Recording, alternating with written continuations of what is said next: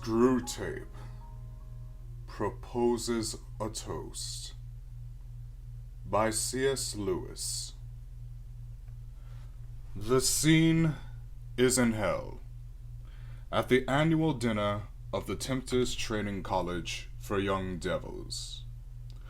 The principal, Dr. Slubgob, has just proposed the health of the guests. Screwtape, a very experienced devil, who is the guest of honor, rises to reply.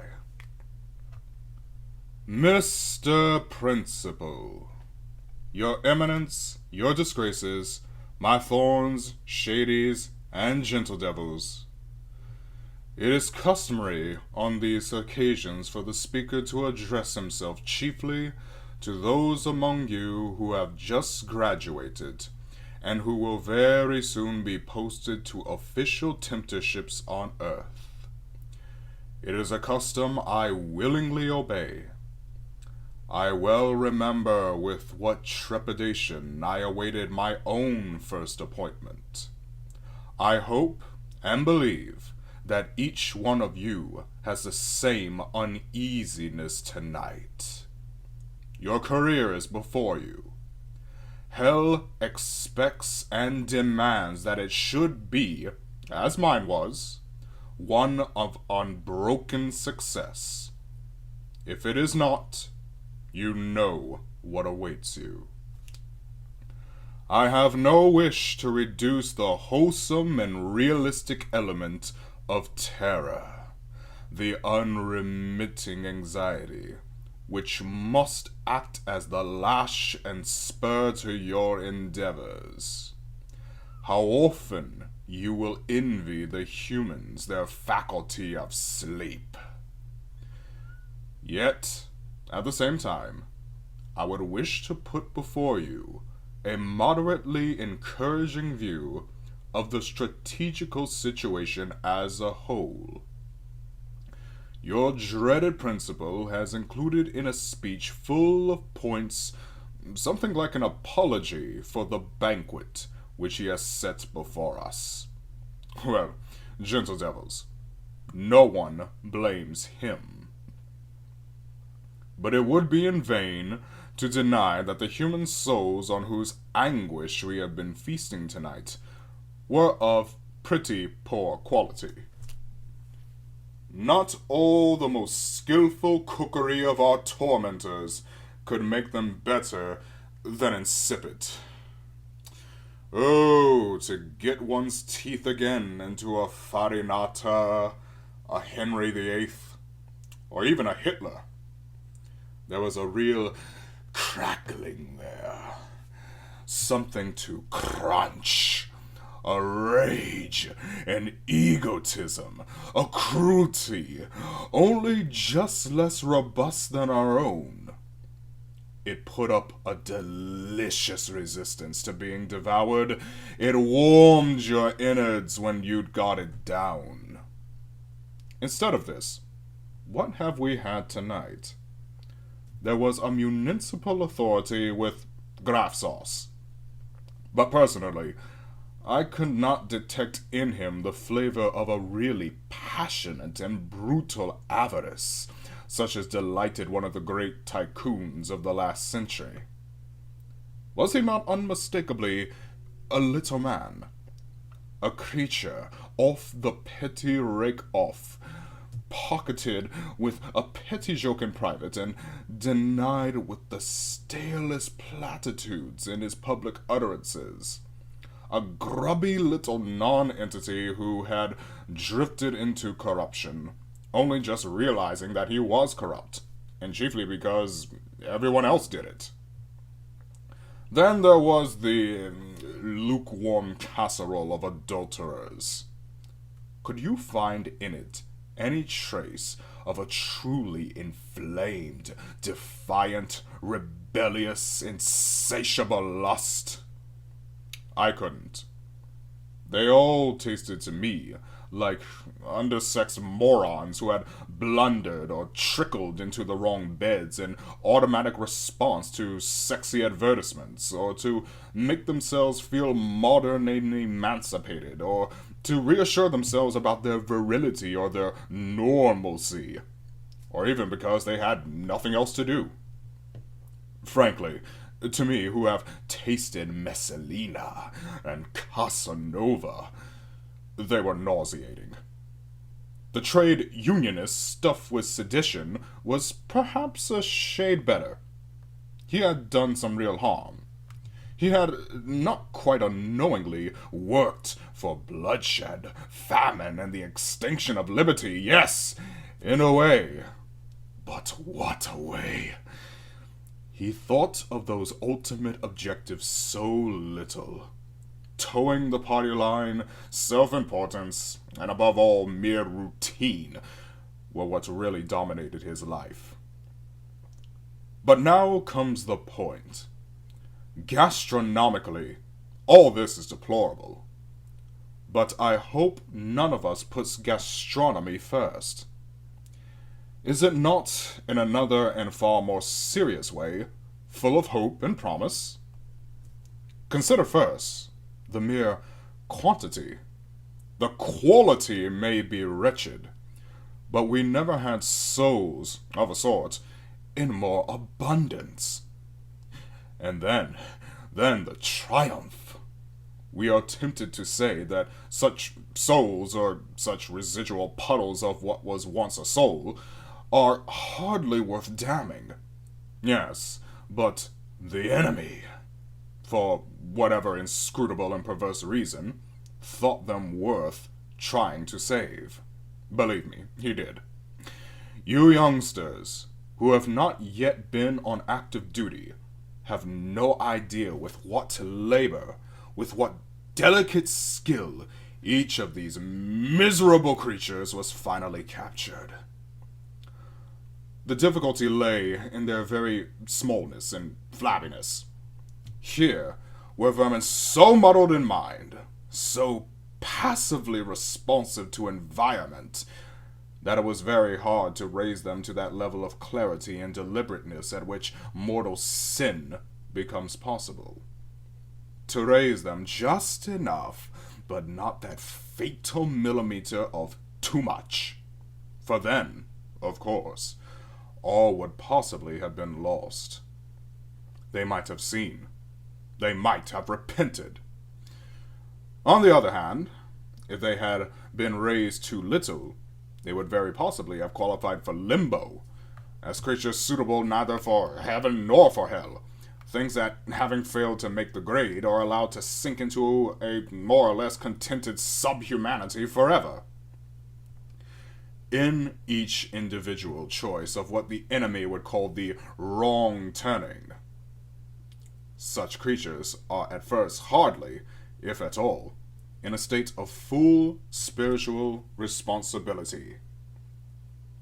They do not understand either the source or the real character of the prohibitions they are breaking. Their consciousness hardly exists apart from the social atmosphere that surrounds them. And of course, we have contrived that their very language should be all smudge and blur. What would be a bribe in someone else's profession is a rip or a present in theirs. The job of their tempters was first, of course, to harden these choices of the hellward roads into a habit by steady repetition. But then, and this was all important, to turn the habit into a principle. A principle the creature is prepared to defend. After that, all will go well. Conformity to the social environment, at first merely instinctive or even mechanical, how should a jelly not conform, now becomes an acknowledged creed or ideal of togetherness or being like folks. Mere ignorance of the law they break now turns into a vague theory about it. Remember, they know no history. A theory expressed by calling it conventional, or Puritan, or bourgeois morality. Thus, gradually, there comes to exist at the center of the creature a hard, tight, settled core of resolution to go on being what it is, and even to resist moves that might tend to alter it. It is a very small core, not at all reflective. They are too ignorant, nor defiant. Their emotional and imaginative poverty excludes that. Almost in its own way, prim and demure, like a pebble or a very young cancer. But it will serve our turn. Here at last is a real and deliberate, though not fully articulate, rejection of what the enemy calls grace. These, then, are two welcome phenomena. First, the abundance of our captures. However tasteless our fare, we are in no danger of famine. And secondly, the triumph. The skill of our tempters has never stood higher. But the third moral, which I have not yet drawn, is the most important of all. The sort of souls on whose despair and ruin we have, well, I won't say feasted, but at any rate subsisted tonight, are increasing in numbers, and will continue to increase. Our advices from lower command assure us that this is so. Our directives warn us to orient all our tactics in view of this situation. The great sinners, those in whom vivid and genial passions have been pushed beyond the bounds, and in whom an immense concentration of will has been devoted to objects which the enemy abhors, will not disappear. But they will grow rarer. Our catches will be ever more numerous, but they will consist increasingly of trash which we should once have thrown to Cerberus and the hellhounds as unfit for diabolical consumption.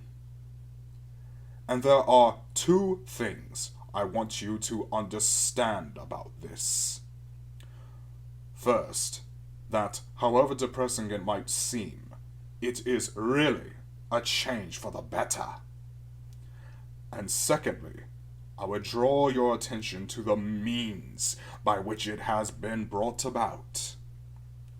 It is a change for the better. The great and toothsome sinners are made out of the very same material as those horrible phenomena, the great saints. The virtual disappearance of such material may mean insipid meals for us. But is it not utter frustration and famine for the enemy? He did not create the humans. He did not become one of them and die among them by torture in order to produce candidates for limbo, failed humans. He wanted to make them saints, gods, things like himself. Is the dullness of your present fare not a very small price to pay for the delicious knowledge that his whole great experiment is petering out? But not only that. As the great sinners grow fewer, and the majority lose all individuality, the great sinners become far more effective agents for us. Every dictator or even demagogue, almost every film star or crooner, can now draw tens of thousands of the human sheep with them. They give themselves, what there is of them, to him, in him, to us. There may come a time when we shall have no need to bother about individual temptation at all, except for the few. Catch the bellwether, and his whole flock comes after him.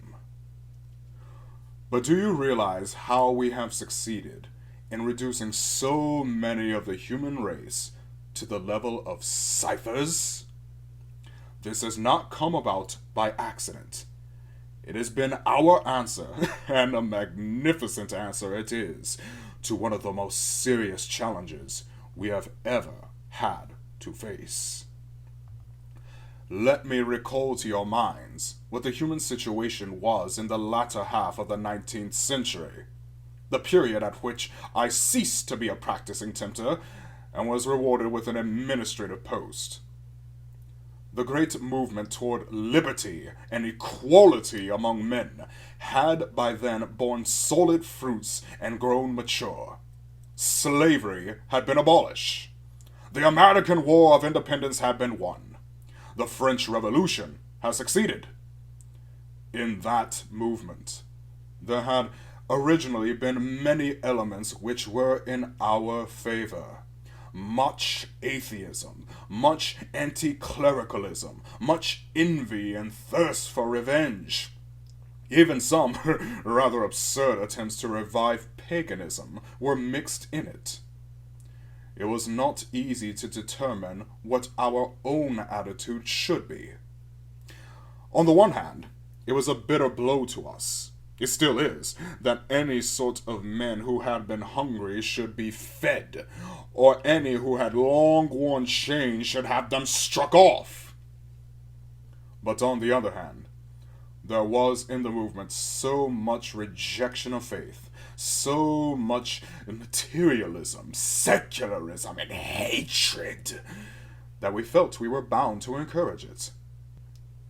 But by the latter part of the century, the situation was much simpler, and also much more ominous. In the English sector, where I saw most of my frontline service, a horrible thing had happened. The enemy, with his usual sleight of hand, had largely appropriated this progressive or liberalizing movement and perverted it to his own ends. Very little of his old anti-Christianity remained. The dangerous phenomenon called Christian socialism was rampant. Factory owners of the good old type who grew rich on sweated labor, instead of being assassinated by their workpeople, we could have used that, were being frowned upon by their own class. The rich were increasingly giving up their powers, not in the face of revolution and compulsion, but in obedience to their own consciences. As for the poor, who benefited by this, they were behaving in a most disappointing fashion. Instead of using their new liberties, as we reasonably hoped and expected, for massacre, rape, and looting, or even for perpetual intoxication, they were perversely engaged in becoming cleaner, more orderly, more thrifty, better educated, and even more virtuous. Ugh, believe me, gentle devils, the threat of something like a really healthy state of society seemed then perfectly serious. Thanks to our Father below, the threat was averted. Our counterattack was on two levels. On the deepest level, our leaders contrived to call into full life an element which had been implicit in the movement from its earliest days. Hidden in the heart of this striving for liberty, there was also a deep hatred of personal freedom. That invaluable man Rousseau first revealed it. In his perfect democracy, only the state religion is permitted, slavery is restored, and the individual is told that he really has willed, though he didn't know it, whatever the government tells him to do.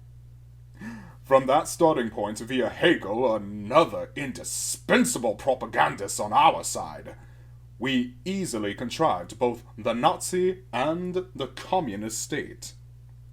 Even in England, we were pretty successful. I heard the other day that in that country, a man could not, without a permit, cut down his own tree with his own axe, make it into planks with his own saw, and used the planks to build a tool shed in his own garden. Such was our counterattack on one level. You, who are mere beginners, will not be entrusted with work of that kind. You will be attached as tempters to private persons. Against them, or through them, our counterattack takes a different form. Democracy is the word with which you must lead them by the nose.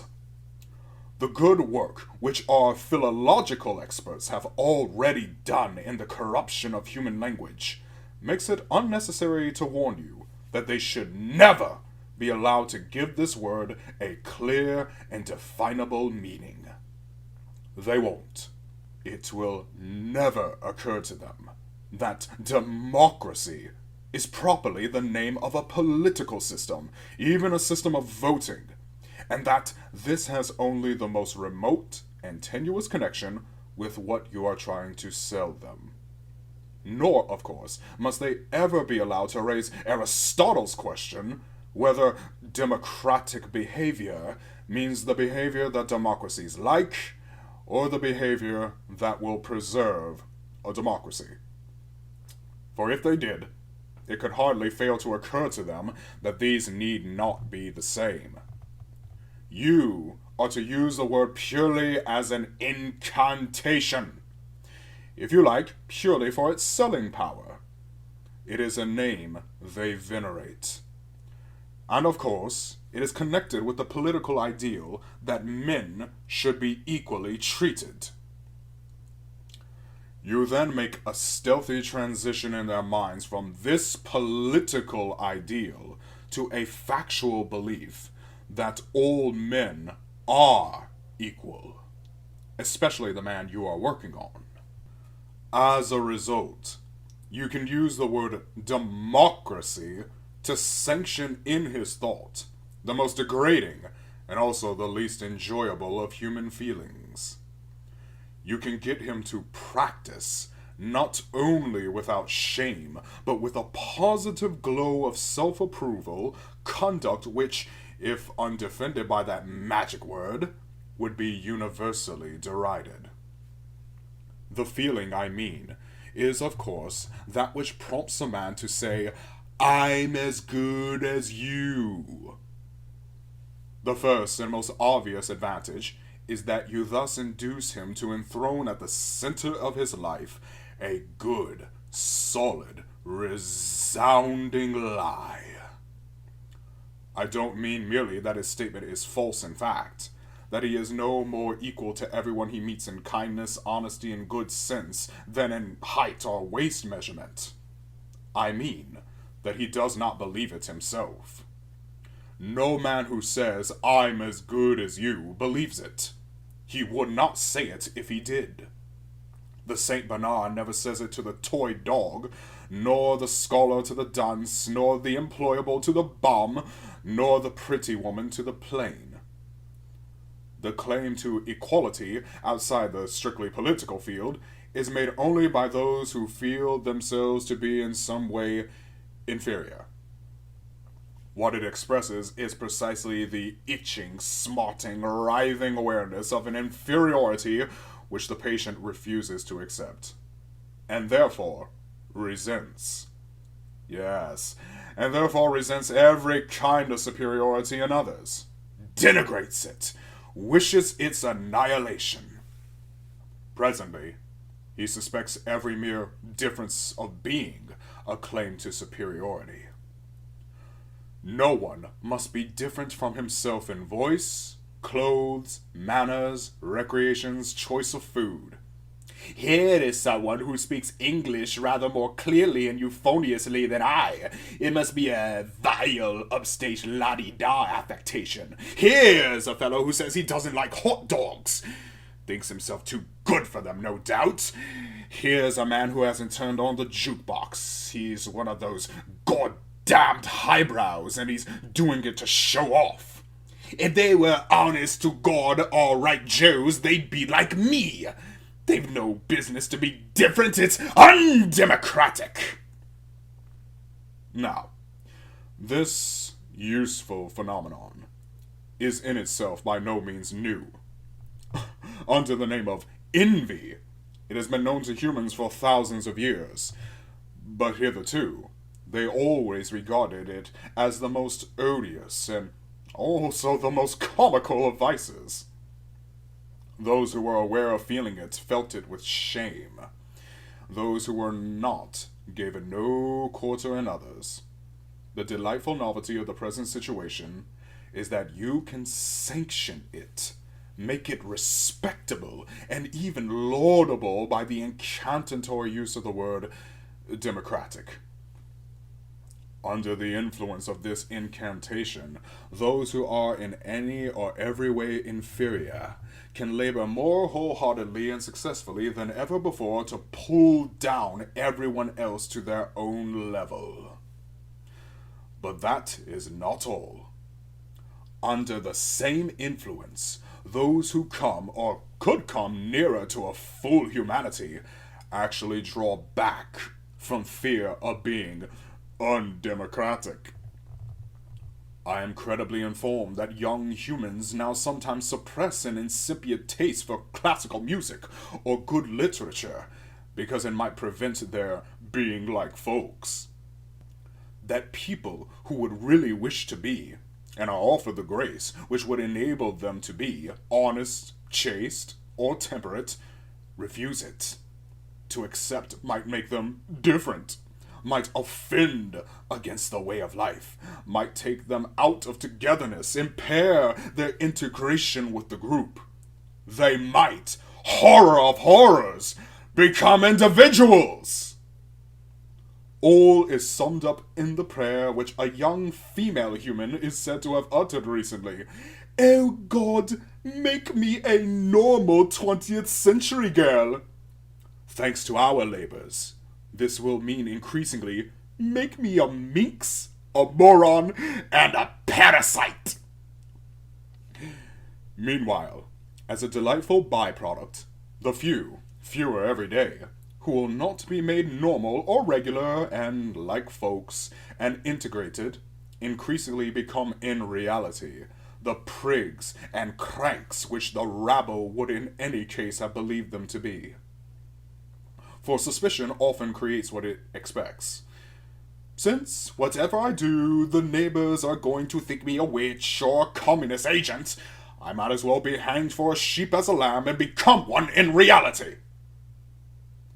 As a result, we now have an intelligentsia which, though very small, is very useful to the cause of hell. But that is a mere byproduct. What I want to fix your attention on is the vast overall movement towards the discrediting and finally the elimination of every kind of human excellence, moral, cultural, social, or intellectual.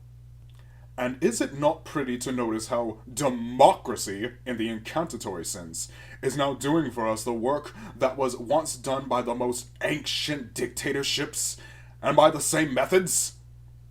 You remember how one of the Greek dictators, they called them tyrants then, sent an envoy to another dictator to ask his advice about the principles of government.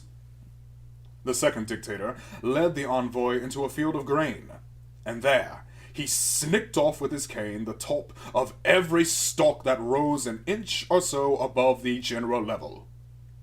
The moral was plain. Allow no preeminence among your subjects. Let no man live who is wiser, or better, or more famous, or even handsomer than the mass. Cut them all down to a level. All slaves, all ciphers, all nobodies, all equals. Thus, tyrants could practice, in a sense, democracy. But now, a democracy can do the same work without any tyranny other than her own. No one need now go through the field with a cane. The little stalks will now of themselves bite the tops off the big ones. The big ones are beginning to bite off their own in a desire to be like stalks. I have said that to secure the damnation of these little souls, these creatures that have almost ceased to be individual, is a laborious and tricky work. But, if proper pains and skill are expended, you can be fairly confident of the result. The great sinners seem easier to catch, but then they are incalculable. After you have played them for 70 years, the enemy may snatch them from your claws in the 71st. They are capable, you see, of real repentance. They are conscious of real guilt. They are, if things take the wrong turn, as ready to defy the social pressures around them for the enemy's sake as they were to defy them for ours. It is in some way more troublesome to track and swat an evasive wasp than to shoot at close range a wild elephant, but the elephant is more troublesome if you miss. My own experience, as I have said, was mainly on the English sector, and I still get more news from it than from any other.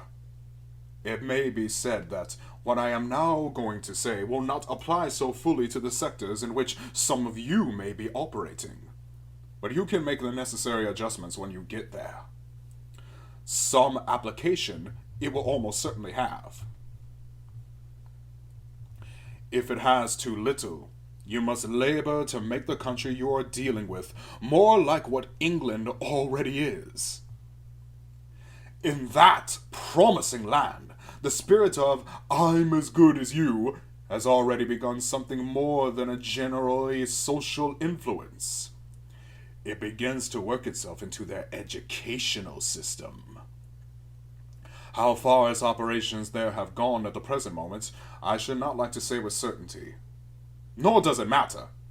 Once you have grasped the tendency, you can easily predict its future developments, especially as we ourselves will play our part in the developing. The basic principle of the new education is to be that dunces and idlers must not be made to feel inferior to intelligent and industrious pupils. That would be undemocratic. These differences between pupils, for they are obviously and nakedly individual differences, must be disguised. This can be done at various levels. At universities, examinations must be framed so that nearly all the students get good marks. Entrance examinations must be framed so that all, or nearly all, citizens can go to universities, whether they have any power or wish to profit by higher education or not. At schools, the children who are too stupid or lazy to learn languages and mathematics and elementary science can be set to doing things that children used to do in their spare time. Let them, for example, make mud pies and call it modeling. But all the time, there must be no faintest hint that they are inferior to the children who are at work. Whatever nonsense they are engaged in must have, I believe the English already use the phrase, parity of esteem. An even more drastic scheme is not possible. Children who are fit to proceed to a higher class may be artificially kept back because the others would get a trauma, Beelzebub, what a useful word, by being left behind. The bright pupil thus remains democratically fettered to his own age group throughout his school career, and a boy who would be capable of tackling Aeschylus or Dante sits listening to his Koval's attempts to spell out "a cat sat on a mat." In a word, we may reasonably hope for the virtual abolition of education when "I'm as good as you" has fully had its way. All incentives to learn and all penalties for not learning will be prevented. Who are they to overtop their fellows? And anyway, the teachers, or should I say nurses, will be far too busy reassuring the dunces and patting them on the back to waste any time on real teaching. We shall no longer have to plan and toil to spread imperturbable conceit and incurable ignorance among men. The little vermin themselves will do it for us. Of course, this would not follow unless all education became state education. But it will. That is part of the same movement. Penal taxes, designed for that purpose, are liquidating the middle class, the class who were prepared to save and spend and make sacrifices in order to have their children privately educated. The removal of this class, besides linking up with the abolition of education, is, fortunately, an inevitable effect of the spirit that says, I'm as good as you. This was, after all, the social group which gave to the humans the overwhelming majority of their scientists, physicians, philosophers, theologians, poets, artists, composers, architects, jurists, and administrators. If ever there were a bunch of storks that needed their tops knocked off, it was surely they. As an English politician remarked not long ago, a democracy does not want great men. It would be idle to ask of such a creature whether by want it meant need or like. But you had better be clear, for here Aristotle's question comes up again. We in hell would welcome the disappearance of democracy in the strict sense of that word, the political arrangement so called. Like all forms of government, it often works to our advantage, but on the whole, less often than other forms. And what we must realize is that democracy, in the diabolical sense, I'm as good as you, being like folks, togetherness, is the fittest instrument we could possibly have for extirpating political democracies from the face of the earth. For democracy, or the democratic spirit, diabolical sense, leads to a nation without great men, a nation mainly of subliterates, full of the cocksureness which flattery breeds on ignorance, and quick to snarl or whimper at the first sign of criticism. And that is what hell wishes every democratic people to be. For when such a nation meets in conflict, a nation where children have been made to work at school, where talent is placed on high posts, and where the ignorant mass are allowed no say at all in public affairs, only one result is possible. The democracies were surprised lately when they found that Russia had got ahead of them in science. What a delicious specimen of human blindness! If the whole tendency of their society is opposed to every sort of excellence, why did they expect their scientists to excel? It is our function to encourage the behavior, the manners, the whole attitude of mind which democracies naturally like and enjoy, because these are the very things which, if unchecked, will destroy democracy. You would almost wonder that even humans don't see it themselves.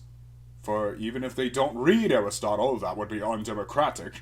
You would have thought the French Revolution would have taught them that the behavior aristocrats naturally like is not the behavior that preserves aristocracy. They might then have applied the same principle to all forms of government. But I would not end on that note. I would not, hell forbid, encourage in your own minds that delusion which you must carefully foster in the minds of your human victims. I mean, the delusion that the fate of nations is in itself more important than that of individual souls. The overthrow of free peoples and the multiplication of slave states are for us a means, besides of course being fun, but the real end is the destruction of individuals. For only individuals can be saved or damned, can become sons of the enemy or food for us. The ultimate value for us in any revolution, war, or famine lies in the individual anguish, treachery, hatred, rage, and despair which it may produce. I'm as good as you is a useful means for the destruction of democratic societies. But it has a far deeper value as an end in itself, as a state of mind which, necessarily excluding humility, charity, contentment, and all the pleasures of gratitude or admiration, turns a human being away from almost every road which might finally lead him to heaven. But now, for the pleasantest part of my duty. It falls to my lot to propose on behalf of the guests the health of Principal Slubgob and the Tempters Training College. Fill your glasses. What is this I see? What is this delicious bouquet I inhale? Can it be? Ah, Mr. Principal, I unsay all my hard words about the dinner. I see and smell that even under wartime conditions, the college cellar still has a few dozen of sound, old vintage Pharisee. Well, this is like old times. Hold it beneath your noses for a moment, gentle devils. Hold it up to the light. Look at those fiery streaks that writhe and tangle in its dark heart, as if they were contending, and so they are. You know how this wine is blended? Different types of Pharisee have been harvested, trodden, and fermented together to produce its subtle flavor. Types that were most antagonistic to one another on earth. Some were all rules and relics and rosaries, others were all drab clothes, long faces, and petty traditional abstinences from wine or cards or the theater. Both had in common their self-righteousness, and an almost infinite distance between their actual outlook and anything the enemy really is or commands. The wickedness of other religions was really the live doctrine in the religion of each. Slander was its gospel, and denigration its litany.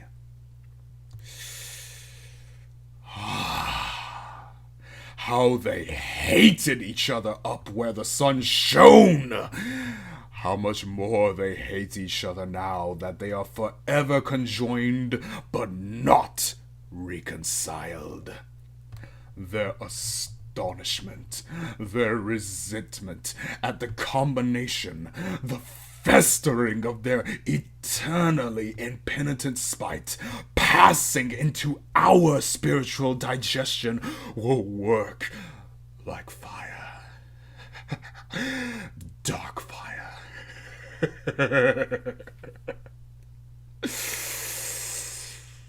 All said and done, my friends, it will be an ill day for us if what most humans mean by religion ever vanishes from the earth. It can still send us the truly delicious sins. Nowhere do we tempt so successfully as on the very steps of the altar. Your Eminence, your disgraces, my thorns, shadies, and gentle devils, I give you the toast of Principal Slubgob and the college.